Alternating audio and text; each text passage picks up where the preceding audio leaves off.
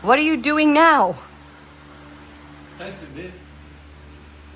What's going on, guys? Welcome back to another video, and today we're dedicating it to the vehicles. We have been gone for what feels like the last 2 months, but in reality, we're gone for 2 weeks, we're back for 7 to 10 days, and then we're gone for another 2 weeks. So we have missed the start of summer here in Utah. We arrived last week, Monday, from being a week in Costa Rica and then several days in Puerto Rico. And in Vegas, it was 107 degrees. So we fly into Vegas and then we either drive or take a shuttle or rent a car and do the other 2 hours north to Hurricane St. George area. And we've definitely been neglecting the Jeeps. Marlin's rear axle seal is leaking. The front ring and pinion is completely gone, or I mean, it's too loose. There's too much play, I should say, so that has to be changed. And we're doing a bolt check and using the Mojab hydraulic lift jack. We got that at the Overland Expo in Flagstaff. And that's literally going to replace our high lift jack. So today's a day of installs, repairs, maintenance, bolt checks, greasing, and today we're also installing the new Horizon 12 by Stinger. Check this out, guys. So we do have the height and 10 in basically, all 3 Wranglers, the JL, my 2-door, and our 4-door JK. So they did come out with a new one. This is the latest and greatest 12-inch high-res, high-definition display, and it has so many new additions, new bells and whistles. Can't wait to show you guys. It is finally rated IP65 as far as weather, and that's the waterproofing. It has a new 12.8-inch HD display. And finally, guys, much awaited, much asked for, the wireless Apple CarPlay and Android Auto. I mean, attention to detail is definitely here. Everything is individually bagged. It's all labeled, and so it's gonna make the installation process very straightforward. Huge difference between the Heighten and now the Horizon 12. Quick glance, yes, that's a custom background. That's our JL in the back. Marlin chose that, and that's super easy to upload. You just put photos onto a USB and then plug it in, and then it'll upload. So you have your camera,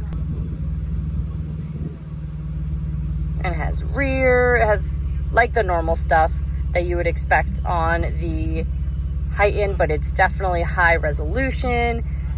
This is Marlin's favorite, climate control. Instead of scrolling down, there's no down, it's the next page. So I've been waiting, you could say years, literally years, for Stinger to come out with the ability of being able to relocate the tiles. And that's super important, especially, guys, for me, that I don't use any of this HD radio, Sirius, I don't have Android Auto, I don't have iGo navigation. So I would put all of that into the second page, and I would just have the necessary Apple CarPlay, whatever I needed, and all you have to do, super easy. The Horizon 12 kit does come with the AC vent, so it does relocate your AC. 10 out of 10, it really gives the JL a facelift as far as the interior goes. And while we're on the topic of radios, I do have to show you the new addition that we put into the truck. I know that we don't do a lot of F-350 or just Ford truck content in general. Let me see if I can go through here, but it's worth showing you guys. So y'all probably know that we have an F-350. It's our tow rig, but also our daily driver before we finish the JKU. And this thing has been super reliable, but because it's the basic package as far as like the trim package, it didn't come with any bells and whistles. But check this out. Lighting is all wrong in here, but look at our new screen, our new infotainment system, and this is from Merge Screens, and it literally is Tesla style. It's freaking huge. Now we can watch, so I'm just gonna go to home. Now, obviously it is not advisable for the driver to watch YouTube or Netflix while driving, but if we're stopped for the night, we can watch YouTube, Netflix. It is connected. It's like connected to our home internet, which you can see I'm kind of far away from now, but you could also hotspot this. Hopefully it'll connect. I might just have to use my, there we go. So it is Android based, and of course we have to program everything. The time is wrong, the date is wrong. I should probably do that now, but you guys can just see. It is just so cool. This is in comparison to the size of my hand. It's huge. I like it. I can't wait for the next road trip. And of course, since it's Android based, it has, however many pages. You can download apps. It's really, really nice. As far as our truck goes, we try really not to modify it too much. Marlon really wants an aftermarket bumper, bigger tires, different wheels, a whole thingamabob, and he obviously wants electrical steps, so he wants different running boards that are like electrical steps, and then he wants a aftermarket rear bumper.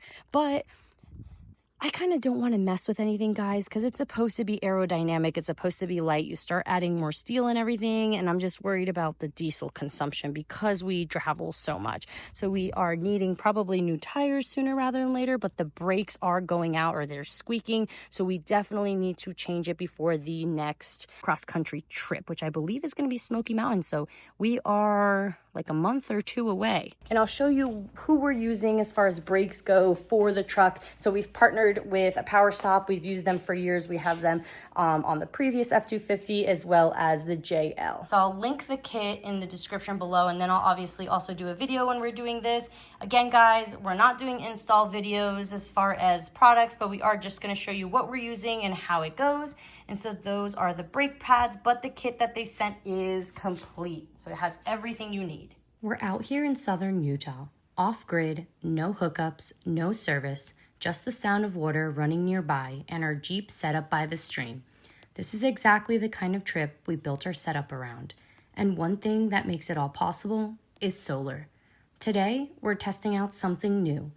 The Renogy 200-watt Shadow Flux N-type solar panel. Now, one of the biggest things we rely on, especially when we're filming, uploading content, or checking in with brand partners, is our Starlink satellite internet. It pulls a good amount of power, and on past trips, that's been a challenge. But on this trip, we've got it running entirely off solar. The Shadow Flux panel is charging our portable power station, and we've got Starlink plugged directly into that. Even with partial shade from nearby trees and shifting light throughout the day, this panel keeps a strong and steady output, thanks to Renogy's cell-level shadow management technology. It doesn't just cut out when part of the panel is covered. It adapts and keeps generating. That's a major deal when you're not camped out in full sun all day. Another reason we brought this panel, it's compact and light. This 200-watt model is made with N-type grade A+ solar cells. It's more efficient, more durable, and it weighs 10% less than your standard PERC panel. It's also 7% smaller in size, which means easier storage and more flexibility in tight rigs. When you're packing for long trips or squeezing gear into a trailer, that footprint matters. And when you're moving camp daily, the weight does too. We've used this solar panel in a bunch of different positions, laying it flat on the ground, propped it up against the Jeep, and even strapped it temporarily to the roof while parked. No matter where we put it, it delivers. It's got an IP67 weather rating, so it can handle dust, rain, and even snow or small hail. We don't always get perfect bluebird days out here, and it's good to know this panel isn't going to fail the second conditions get tough. At camp, it powers everything from our laptop and video editing gear to the Wi-Fi setup to lights and radios. We're not talking about just trickle charging a phone. This panel is putting in real work, and we're seeing it in the numbers. Here's a quick look at our power station's LCD screen. You can see how much wattage is coming in from the panel while Starlink is running in the background. That's the kind of real-world performance we need when we're relying on solar full-time. We've tested a lot of gear over the years, and this panel is going to stay in our rotation. Between the durability, the lightweight build, and the consistent performance, even in less than ideal conditions, the Shadow Flux 200-watt panel is exactly what we need out here.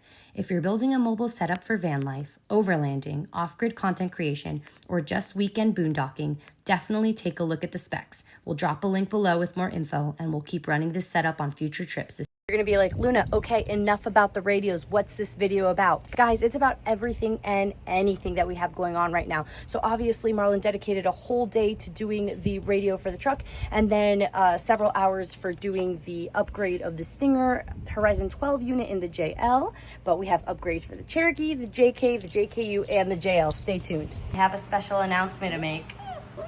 You can hear it now. Why are you shaking your head? Look down. Look at the new member of our family. Hello, baby girl. Guys, on Tuesday, so this week, I don't know what day that was. We're holding Saturday right now, but on Tuesday, Brittany and I drove up to Salt Lake City to pick up this beautiful Italian Greyhound puppy. We don't have a name for her yet.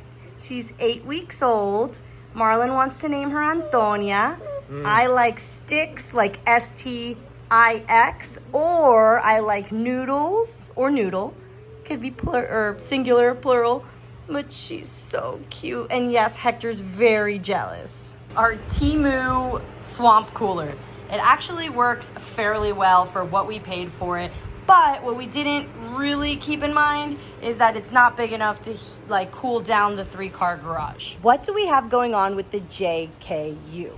You guys know that we were extremely rushed to finish the JKU project. Well, I won't say rushed, like no one was rushing us. We thought 2 months time was going to be enough to do everything that Marlon did on this vehicle, and obviously it's Marlon and then parentheses everyone that helped. We're super grateful to everyone that pitched in their time, just coming by, feeding us, entertaining us. Thank you. So it obviously was a team effort. That being said, we did have to have it finished and somewhat movable for EJS. You guys already know, I won't bore you with the details. That being said, we really ran out of time and weren't able to order the proper spring rates for the JKU. So together with our friend Kevin from Lightbright, you guys already know, and Logan, the owner of Roadrunner here in town, who does a lot of the work on our Jeeps and truck when we can't do it or don't want to, they had a whole box of springs and we just they Frankensteined it together, guys. It was not the right length. It was not the right spring rate. So now we're home. We placed an order for springs, the coils, and they arrived. So this Jeep has to go on the lift. We're going to be using our friend Kevin and Brittany's lift. They live about 5 minutes away. So I think we're going to do that tomorrow. So yeah, all of that has to be changed. And I don't want to say it's not going to be too hard because obviously I'm not the one that's going to be doing the labor, but it's going to go on the lift. They're going to have to obviously unbolt it, use some kind of thingamabob that Kevin has to compress the springs and just kind of be able to move them out. So that's going to be each corner. And guys, the springs are actually not as cheap as I thought. Hi. So it's about $90 a spring. And so I needed 2 for each corner, so 8 total. So it was a little over $800. Who knew $800 could look so small? All the different springs. Because we have the triple bypasses in the front, there's no need for bump stops. This acts as the bump stop. But in the rear, we just have the single 2.5-inch coilover. So we're gonna have to put in bump stops just for overall. I mean, it has these, but these are kind of stock location and not really the greatest. So we ordered the 2 of them, obviously. Bump stop, these are the cans, and so these have to be welded either onto the frame. Yeah, onto the frame. I was gonna say axle, but no, these go onto the frame, and then you put in your bump stop, and we're going with the Bilstein bump stops, the same ones that we have on the 2-door JK as well as the 4-door JL. And yes, the Jeep still does not have rock sliders, I should say. They're right here. They do need to be modified because we switched out the actual fender. These are JL conversion fenders. So these are from Rock Monster. You guys already know Rock Monster hood, Rock Monster fender, and Rock Monster grill. Since we went from JK to JL, it changed the whole front. We had to use we had to use JL fenders, not JK fenders. But what happens is that the lines of the JL versus the JK are different. So the mounting point of the rock slider, it's not fitting how it should. Even this was modified. This skin from Motobill, if you can kind of tell here, it was cut. Because if not, it just would have covered this entire piece here. And the fender goes there, so that wasn't gonna work. So yeah, we're gonna need to actually go to a gas store. Let's just call it Schultz's. It's called here in town. It's the same folks that fill up the power tanks, and so we're gonna need gas for our welder. Other than that, other than the rock sliders and the springs, I think that just a couple things that we have to do are the rock lights for the JKU. So I do want bright white lights, and so those rock lights are going to be actually from Novsite. They're the same folks that do our spotlights as well as our light bar. And so here are the rock lights. We actually have 2 sets. We have a white set and we have a RGB set, and the RGB set's going to go on the 2-door. so that I can have red rock lights. And then the white set is obviously going to be for the JKU. So besides the rock lights, we're definitely getting rid. We're out with the old, in with the new. So we're going to be changing my third brake light out. And so this one's off-site as well. For the two-door, I don't really have too much going on besides really debating whether or not I should replace the glass of the windshield. If you're new here, I rolled my Jeep, I think at either the beginning of February or the end of February. I think it was the beginning, right after the Salt Lake City Off-Road Expo. Marlon and I had like an impromptu off-road and chill, just meet and greet wheeling kind of for the day at Little Moab, which is south of the Salt Lake in general. And I rolled the Jeep. I was fine. The Jeep was fine. It was just cosmetic damage. I'll show you now if you weren't aware or if you're new. So I would say this was the majority of the damage. Marlon did hammer it out a little bit and obviously threw on some spray paint. We used Seymour, the big rig paint, which works fantastic. As you can tell, it's not too bad. If I zoom out, I mean, it's obviously there, but I'm not too worried about it. I do have to take this off, sand it, and paint it. I need to find a color that's kind of matches, but honestly, anything would be better than that. And really the only other thing that sustained actual damage was my entire windshield frame. So this windshield frame is not the one that I had, you know, prior to the roll. This is actually was gifted to me by our friend Chad out in Alabama. He had a buddy of his bring it all the way to EJS. So huge shout out to Chad, thank you so much, and his friend that drove it all the way from Alabama to Moab. That being said, he had this just sitting in his backyard because the glass was cracked and he was just kind of holding on to. There's a dent or two, but honestly, it looks so much better, and it is a lot better for me to drive with the windshield on the road than without. I don't know how you buggy people or side by side people do it, because I definitely cannot. So for those wondering, I don't think that we're gonna mess with the corner and like replacing it. It is what it is. If it gets any worse, then I guess we'll cross that bridge when we get there. Eventually, I do want to kind of like back half it, dovetail it, and just like complete buggy it, but that's not a now project. What I do really want to be a now project is to replace my whole hose system back here. It has been on for probably, we're holding 2025, so my Jeep was finished right before EJS 2 years ago, 2 or 3 years ago, something like that. So these hoses have seen a lot of sun, a lot of heat, a lot of degradation, and they're just not as fresh as they could be. All these lines are dry rotted because of the sun, you can see here. So I'm definitely having some smell, some fuel smell and vapors. So we obviously want to replace that. If you have any idea what I should use, if you guys have this setup, let me know, please. I love links. So if you can kind of take the guesswork out and let me know what you've used, has it worked? Do you like it? If so, I want the link. Just kind of need to refresh all this situation here.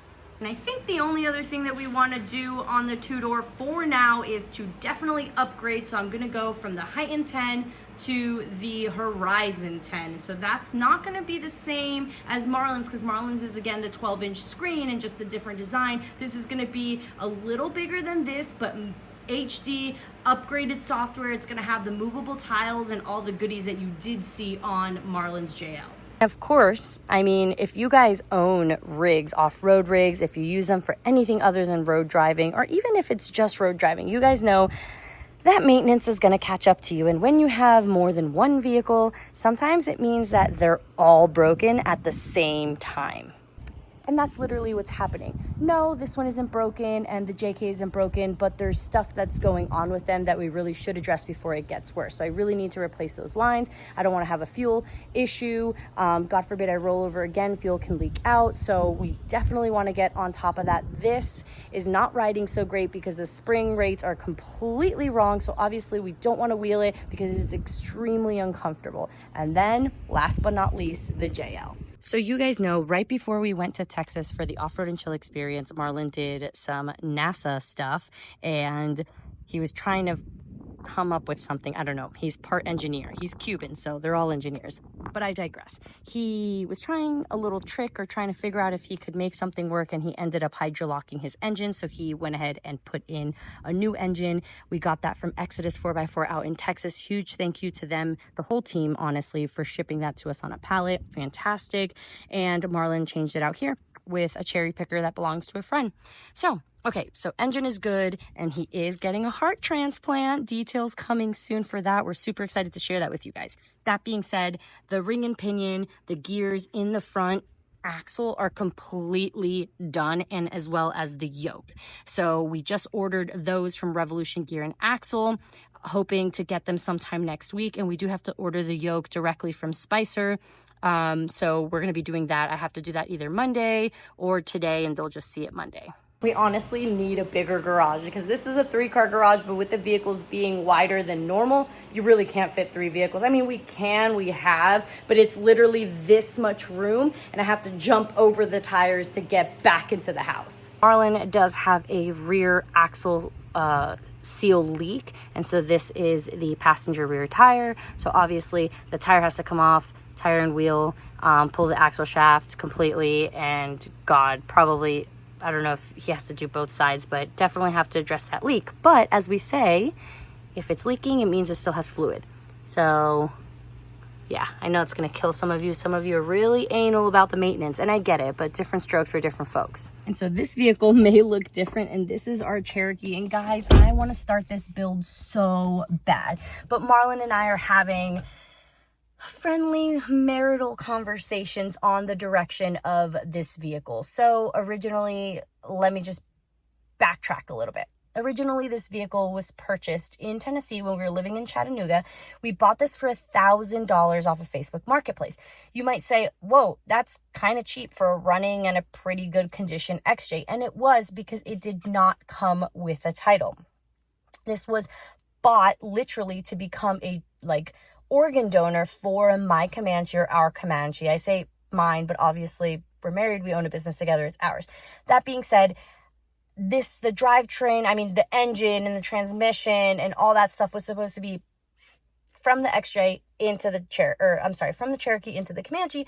But Marlon had a good point and was saying, well, it's a pretty good running Cherokee. I'm getting confused. It's a good running XJ. We should keep it. And I didn't really want to keep a vehicle that we couldn't insure because we didn't have a title.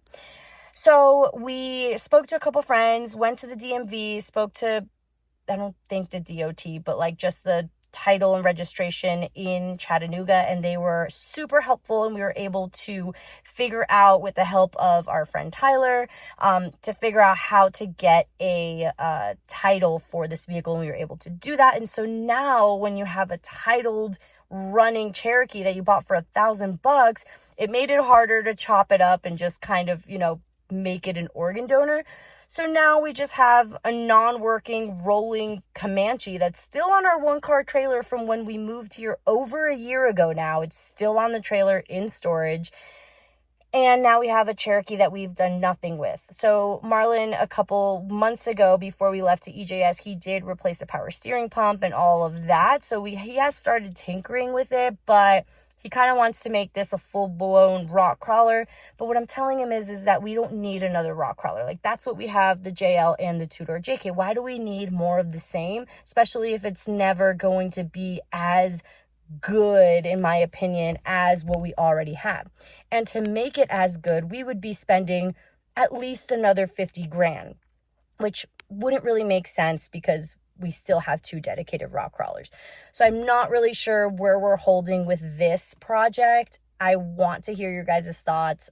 We love the XJ folks. Y'all are a rowdy time. We miss you guys. We don't see a lot of y'all out here out west, but when we go back to Kentucky and Tennessee, you guys are the most fun to wheel with. That's for sure, hands down. So that being said, what should the project be? Would you guys think that we should just resto it, keep it as a daily driver? Do you guys think that we should make it a full-blown rock crawler?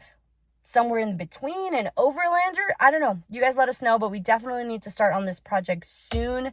If you have any cool ideas of what we should do, send it. Not only leave it in the comments below, but send us pictures to the Instagram, guys. We love interacting. We love seeing your guys' ideas, because sometimes, I don't know, I'm a visual person. I need to see what's out there. If you've made it to this point, thank you so much for watching. Guys, like always, if you enjoyed the video, big thumbs up, share with your friends and family, and we'll see you next time. Bye.